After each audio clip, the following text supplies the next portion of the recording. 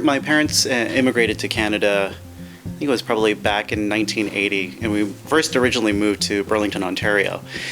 And my father was studying there and then found a job out on the West Coast, and that's when we moved to Nanaimo. And I think that would have been in probably 83, 84. So I've been in Canada for most of my life. I guess with all the moving around that we did as kids and all that sort of stuff, moving from different cultures, I think that's really kind of had an influence on the way I've sort of approach my artwork and even how I carry myself in day to day.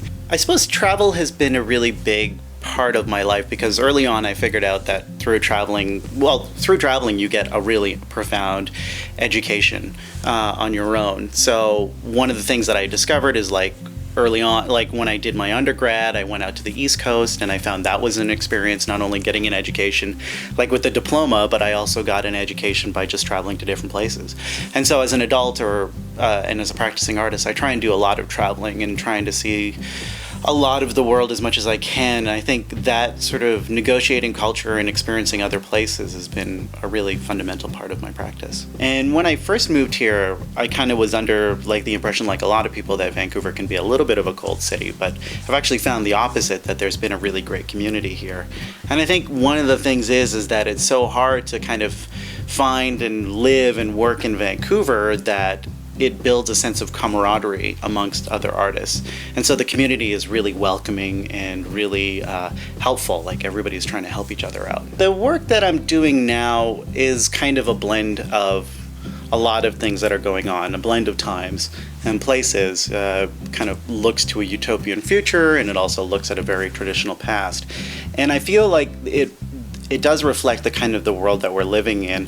If you think about like fashion and how cyclical that is, it feels like those cycles that are happening faster and faster. And I don't know if it's because I'm getting older and I'm starting to see things from my childhood come back into fashion, and this is how I explain that, or maybe it's that we are now living in an age where there are all these different communities that are finding each other online or in various cities or whatever. And so what ends up happening for me, or what I've experienced, is that everything is sort of folding in on itself. And so I wanted to create work that reflects that sort of quick cycle and quick turnover in histories and retro and nostalgia and all that sort of stuff, and also look at how it plays into future ideas. I think there's a lot of things that I try and incorporate into the work, and I think humor does kind of play into that. I think there's a lot of sort of heavy ideas about colonialism and cultural appropriation within the work, and then I also find that humor is a really nice way to kind of bring people into that conversation without being too browbeating.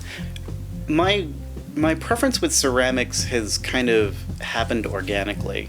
Originally, throughout high school and elementary school and university, I'd always done drawing, and I originally actually thought that I would go into animation as a very sort of pragmatic kind of thing.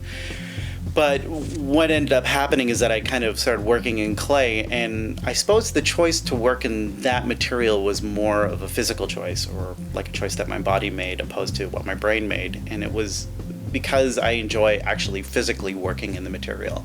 It's a material like no other, where you can actually physically manipulate it and it records those gestures immediately.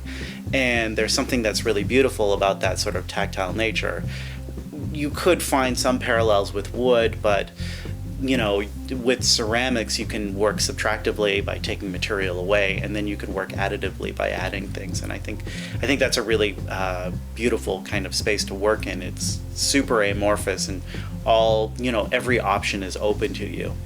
And I think that's what really attracts me to the material.